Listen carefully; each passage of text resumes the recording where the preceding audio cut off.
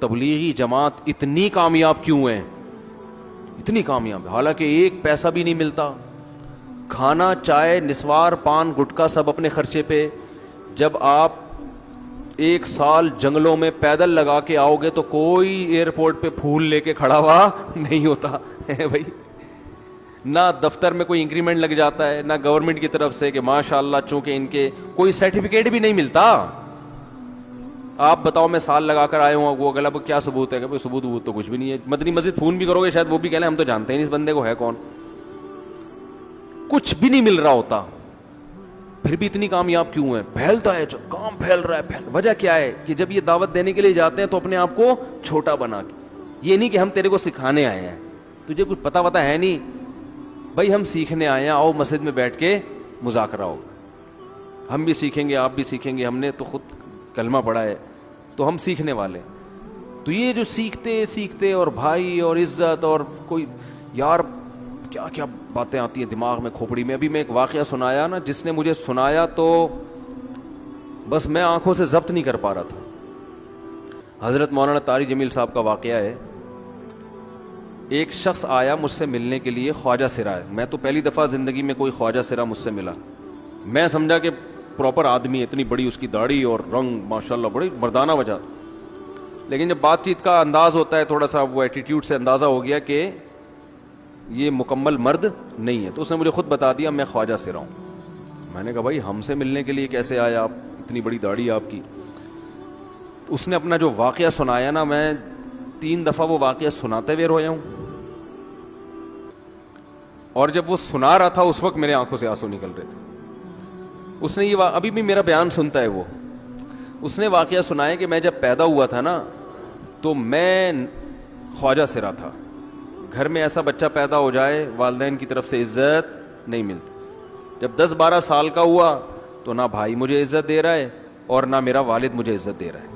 میں بھائی کے ساتھ کہتا ہوں مجھے باہر لے کے جاؤ تو وہ کہتے ہیں لوگ میرا مذاق اڑائیں گے تمہیں دیکھ کے. ظاہر ہے اس کی حرکتیں تھوڑی زنانہ لڑکیوں والی حرکتیں ہوتی ہیں.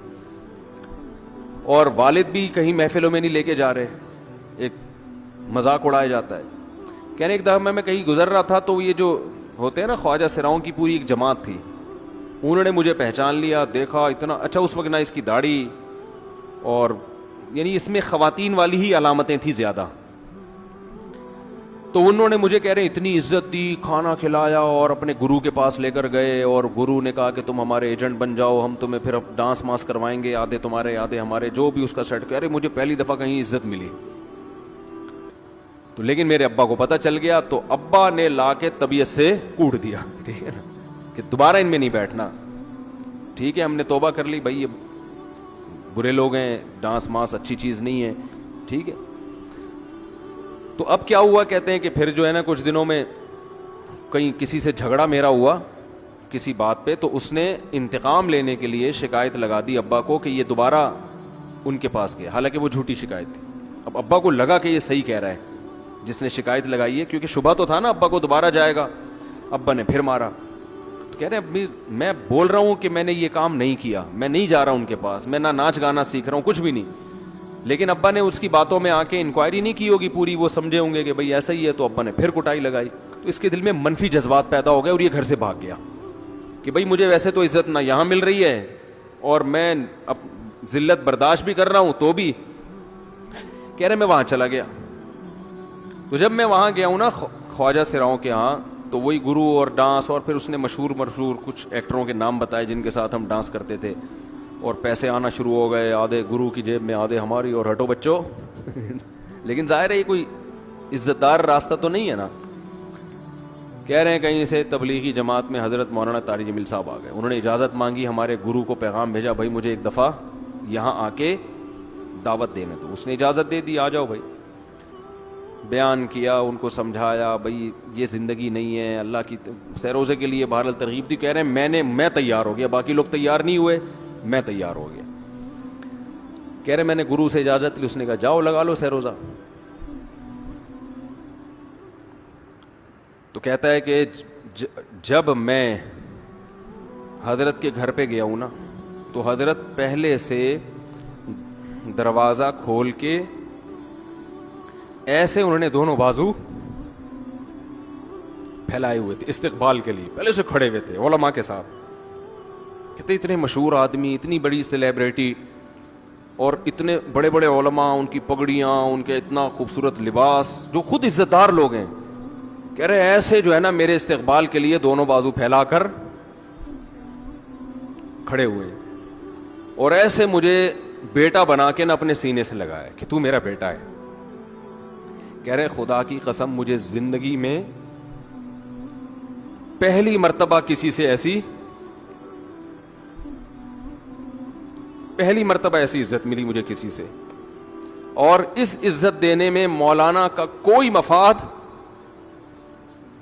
بولو بھائی, کچھ بھی, بلکہ ذلت ہوگی نا. لوگ کہتے ہیں خواجہ سرا کو بیٹا بنایا ہوا ہے, اور اس وقت تو اس میں بیچارے میں کچھ زنانہ سی علامتیں بھی تھیں, تو خواجہ سرا کو کیا دے رہے ہیں, عزت دے رہے ہیں. کیا کسی تاجر پہ محنت کرو تو تھوڑا چندہ دے دے گا مدرسے کو, ایسا ہی ہے نا, اور کسی افسر پہ محنت کرو تو تعلقات کیا ہو جائیں گے, جب وہ دین پر آئے گا تو اس سے کیا فائدہ. اس کو تو باپ ایسے ان لوگوں کو ریجیکٹ کر دیتے ہیں, بھائی اپنانے سے, کہہ رہے مجھے یہ اپنا رہے ہیں. ایسے سینے سے لگایا انہوں نے, اور مجھے سہروزے کی جماعت میں اپنے ساتھ لے کر گئے, کھلاتے تھے, بڑا خیال رکھوایا میرا. کہہ رہے اس کے بعد پھر میں نے گرو سے اجازت لی, وہ گرو چھوڑتے تھوڑی, ان کو پیسے ویسے دیے, جان چھڑائی نا, وہ بھی غلامی کی طرح نکلنا پڑتا ہے, پیسے دیے پتہ نہیں کتنے لاکھ یا کتنے ہزار روپے, وہاں سے پھر نکل کے 4 مہینے اس میں بھی خیال کیا. تو پھر تبلیغ کے بزرگوں سے ملا, پھر انہوں نے پورا مجھے بتایا کہ بھائی تم یہ علاج کرو تاکہ تمہارے اندر یہ زنانہ علامتیں ختم ہو. تو وہ علاج کر رہا تھا ماشاءاللہ, انجیکشن لگے, انجیکشن میں ڈاکٹروں کی بھی مدد کروائی. یہ ایسی این جی او ہے میرے بھائی جس کو کوئی بھی این جی او نہیں کہتا, نہ ان کے کوئی اشتہار آ رہے ہیں. کتنے لاکھوں لوگوں کو اس طرح سے یہ لے کر بھی آئے اور ان کے مسائل بھی حل کیے, مگر نہ کوئی ویڈیو بن رہی ہے, نہ کوئی اشتہار آ رہا ہے. یہ تو اس نے خود مجھے بتا دیا نا, اور اس نے کہا ایسے سینکڑوں لوگوں کے ساتھ ہوا ہے. تو اس کی ماشاءاللہ اب داڑھی نکل گئی. اس نے کہا آہستہ آہستہ میں اللہ سے امید ہے کہ مکمل مرد بن جاؤں گا میں. تو یہ ہے وہ دعوت جس میں آپ کا کوئی مفاد, بولو, نہیں ہے. تو دعوت کے کام میں جب تک اس درجے کا اخلاص نہیں ہوگا, اس وقت تک آپ کی دعوت میں جان پیدا نہیں ہوگی.